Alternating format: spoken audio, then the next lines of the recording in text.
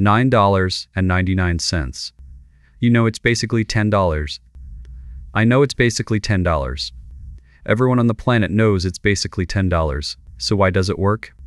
Why do companies still price things at 9.99 when we all know the trick? Because knowing the trick and being immune to the trick are two completely different things. Your conscious brain says, that's $10. But your unconscious brain, the one that actually makes purchasing decisions, reads the 9 first and files it under $9. Today, I'm going to break down the entire science of pricing psychology, and by the end you're going to see every price tag differently. Let's start with the oldest trick in the book, the left-Dijon effect. Your brain reads numbers left to right. When it sees $9.99, the first thing it processes is the 9, not the 99 cents. Not the total. Just the 9.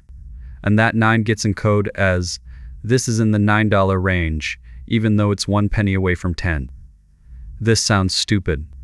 It sounds like something that would work on a 5-year-old, but not on an educated adult. And yet, products priced at $9.99 outsell the same product at $10.00 by 24%. Not because the customer thinks they're saving a penny, but because the brain categorizes the price differently. 9 something and 10 something are in different mental buckets, and the effect doesn't go away when you know about it. Researchers told test subjects exactly what was happening. We re-studying how .99 pricing affects your decisions, and it still worked. The left-Dijon effect operates below conscious awareness. You can't override it by knowing it exists, any more than you can override an optical illusion by understanding the geometry.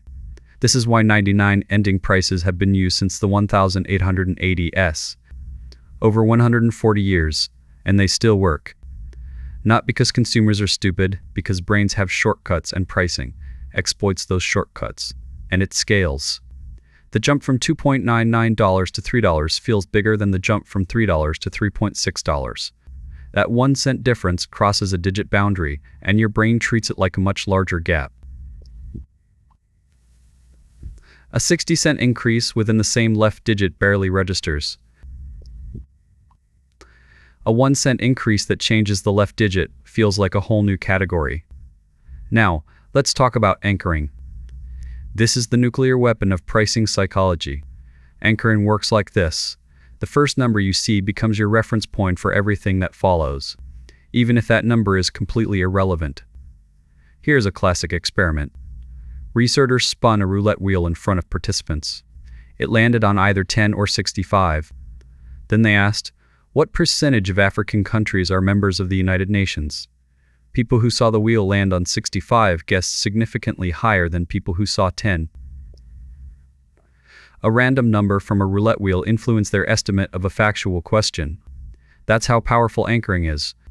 Now imagine what happens when it's applied to prices on purpose. You walk into a clothing store. There's a jacket priced at $800. You don't buy it. Too expensive. But then you see a shirt for $120, and somehow that feels reasonable. Would you have paid $120 for that shirt if you'd seen it first? Probably not.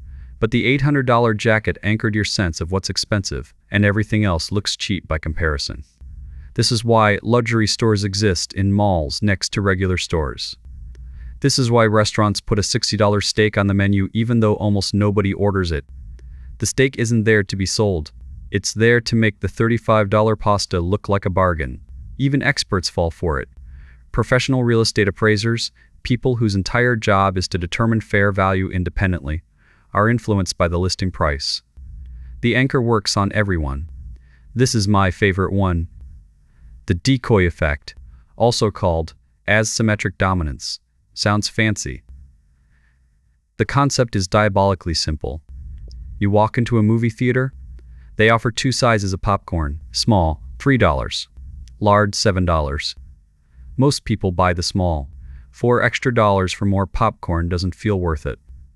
Now, the theater adds a third option, small, $3, medium, $6.5, large, $7. Suddenly, everyone buys the large. Why?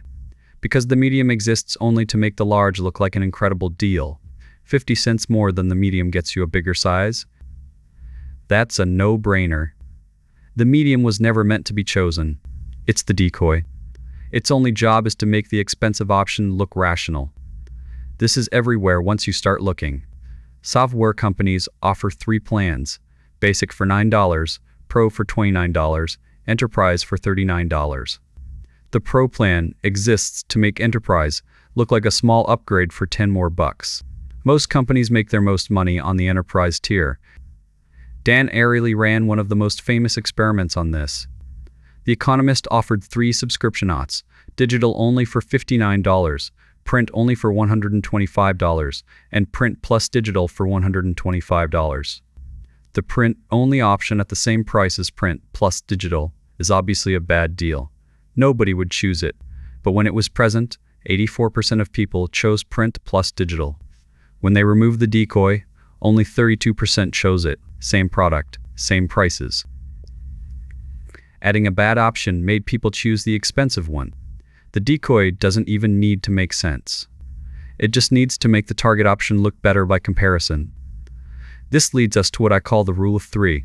If you've ever noticed that pricing almost always comes in 3 tiers: basic, standard, premium, it's not because there are 3 natural levels of a product.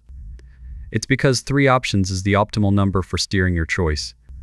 When there are only 2 options, people tend to pick the cheaper one. Adding a third option, specifically a premium option, that's significantly more expensive, does 2 things. First, it makes the middle option feel like the smart choice, not the cheapest. That's for people who don't care about quality. Not the most expensive, that's for suckers. The middle one is just right. It's the Goldilocks zone. Second, it shifts the frame. Without the premium option, people compare the middle to the cheap. With the premium option, people compare the middle to both extremes, and it wins both comparisons. This is why the middle option is almost always the one with the highest profit margin. It's designed to be chosen. The cheap option exists to make you feel like you're not getting the bare minimum. The expensive option exists to make the middle look reasonable. And the middle is where they make their money. Apple is the master of this. The base iPhone, the standard iPhone, the Pro Max. The base model is deliberately limited.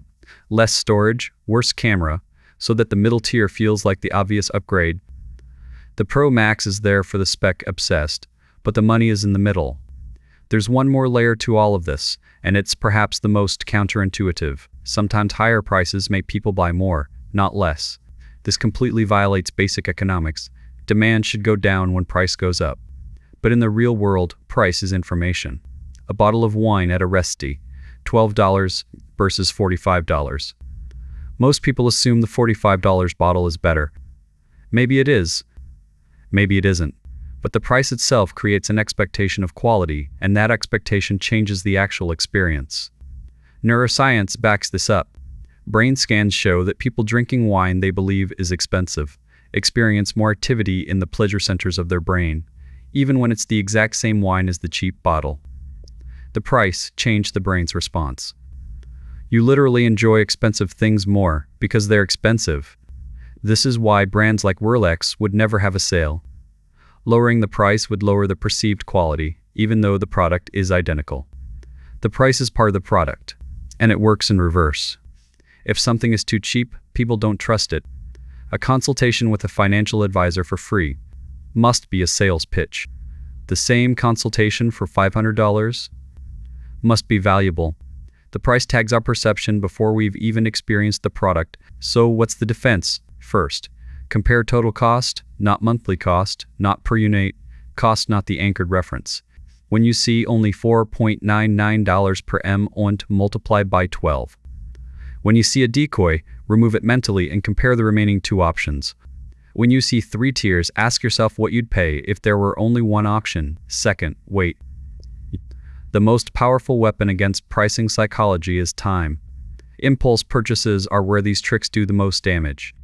If you sleep on it and still want it tomorrow, the price was probably fair.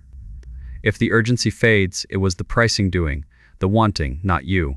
Third, set your price before you see theirs. Decide what something is worth to you before you walk into the store, before you open the website, before you see the anchor.